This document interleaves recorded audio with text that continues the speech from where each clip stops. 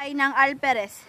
Habang may prosesyon at ang dahilan ni Doña Consolacion ay sapagkat hindi siya makapagsimba.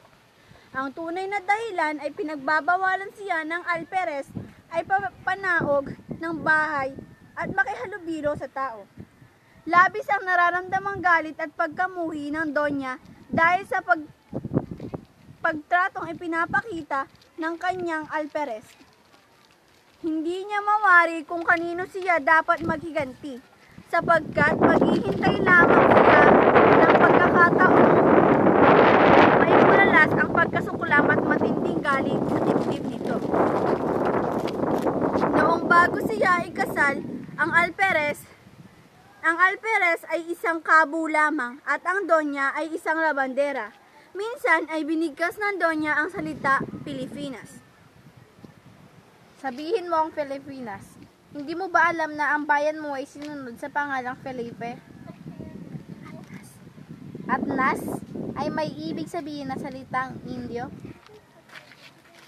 Kumanta si Sisa ng kundiman ng gabi, ang awit ay tumalab sa Donya.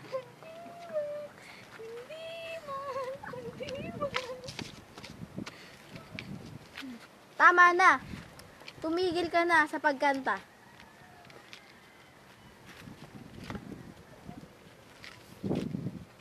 Marunong naman palang magtagalog.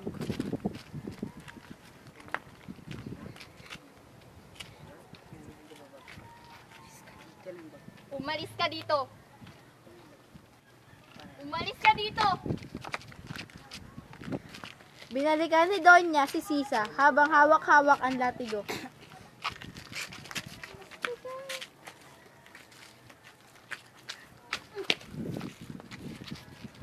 Baila, baila! Hala, ikaw naman ang sumayaw. Pinalo si Sisa.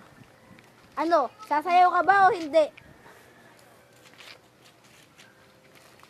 Hindi sumunod si Sisa kaya pinalo sa hita o sa binti at paa at nahuli siya ng Alperes. Namutla si Donya.